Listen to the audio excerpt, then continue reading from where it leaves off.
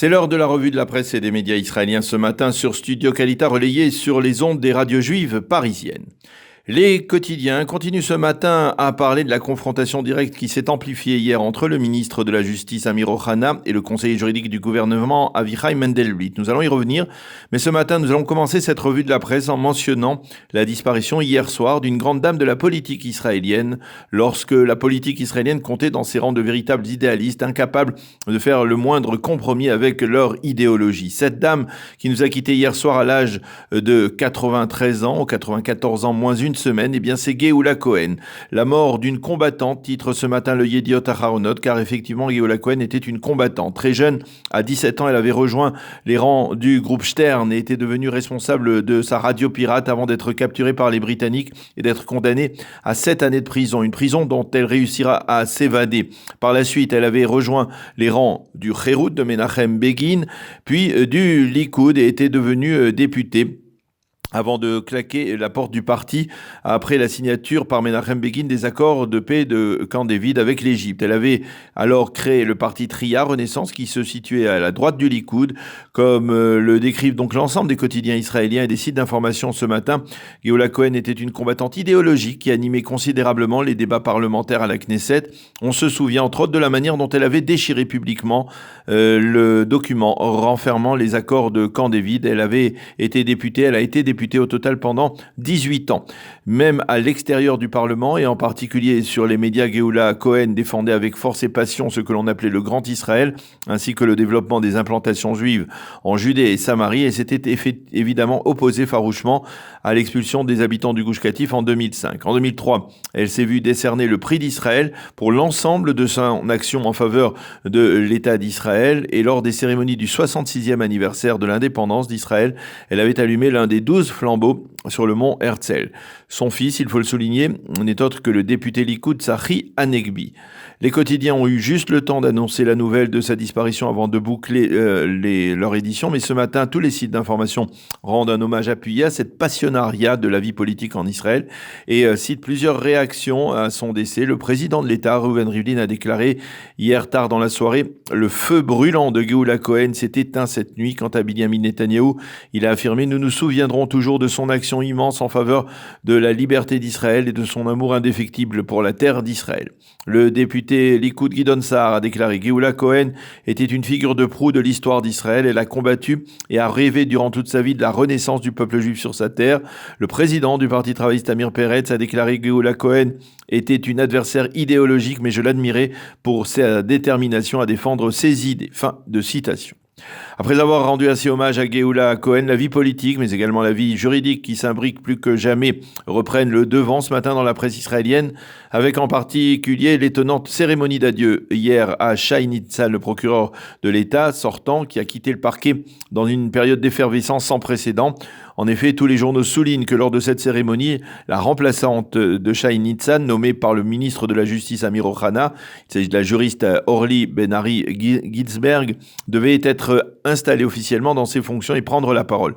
Mais quelques minutes avant le début de la cérémonie, qui s'est tenue devant plusieurs centaines de juristes du parquet des tribunaux israéliens, la Cour suprême a donné suite à un recours déposé contre une telle nomination et l'a purement et simplement gelée. Le ministre de la Justice a alors regretté dans son intervention que le public présent ne puisse pas entendre parler la nouvelle procureure par intérim, mais a-t-il dit « Vous allez entendre parler d'elle ». Le parquet n'est pas une cour privée. La nomination d'Orly Ben-Ari a été faite selon la loi, a-t-il lancé. Quant au conseiller juridique du gouvernement Avichai Mendelblit, il a ensuite déclaré sous les applaudissements des juristes qu'il restait farouchement opposé à une telle nomination.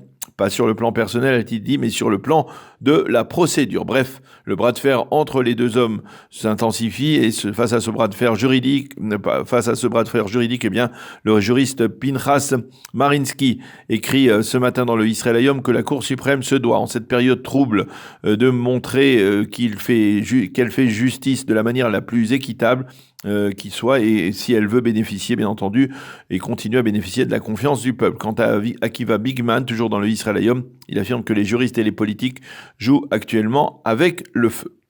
En marge de cette confrontation donc juridico-politique, la presse et les médias nous permettent de suivre une autre confrontation, cette fois purement politique, entre Binyamin Netanyahou et Gidon Sa'ar.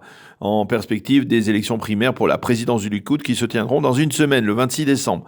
Netanyahou continue de parcourir chaque soir les meetings électoraux et il s'est dit hier certain d'obtenir le 26 décembre au soir une majorité absolue. Quant à son challenger, Gideon Sa'ar, il a lancé hier un appel au renouveau au sein de la direction du parti. Parallèlement, la campagne électorale prend sa vitesse de croisière. Les journaux soulignent qu'hier, c'est le parti Chasse qui a publié son slogan principal et celui-ci ne s'embarrasse pas de considérations électorales au sein du Likoud. Pour Chasse, c'est Binyamin Netanyahou qui sera le candidat du Likoud et le parti orthodoxe titre au-dessus d'une photo de Netanyahou et d'Aryeh Deri. Aryeh a besoin d'un Bibi fort. Et on constate donc que l'alliance entre Netanyahou et Aryeh Deri reste plus solide que jamais. Au sein de la présidence du Parti bleu-blanc, on se demande actuellement comment aider Gideon Sa'ar sans lui porter atteinte dans la mesure où Binyamin Netanyahou ne manquerait pas de critiquer un tel soutien. Les quotidiens israéliens annoncent par ailleurs que le Shin Bet a arrêté au cours des derniers jours une cinquantaine de terroristes du Front populaire de libération de la Palestine, qui est aujourd'hui un petit mouvement terroriste palestinien laïque. Certains de ces terroristes étaient plus ou moins directement impliqués dans l'assassinat de la jeune Rina Schnerb en août dernier près de la source d'Ani en Samarie.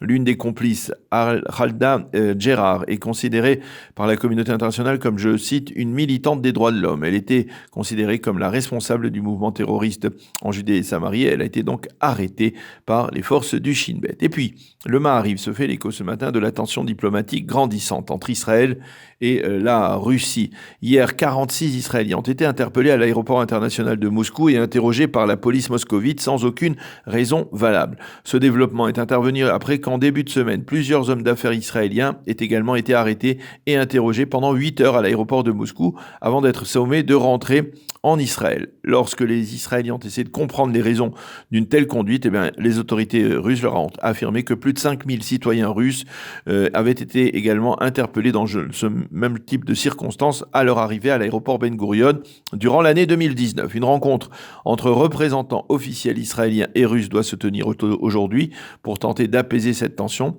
qui, on l'estime, est liée apparemment à l'affaire Nahama Issachar. Et à ce propos, justement, les journaux nous rappellent que c'est aujourd'hui que le recours de la famille Issachar contre l'emprisonnement et la condamnation de Nahama doit être entendu. Hier, un proche de M. Netanyahou a tout de même affirmé que cela risquait de prendre encore beaucoup de temps avant que Nahama Issachar puisse être libéré par les autorités russes. C'est la fin de cette revue de la presse et des médias israéliens ce matin sur Studio Kalita.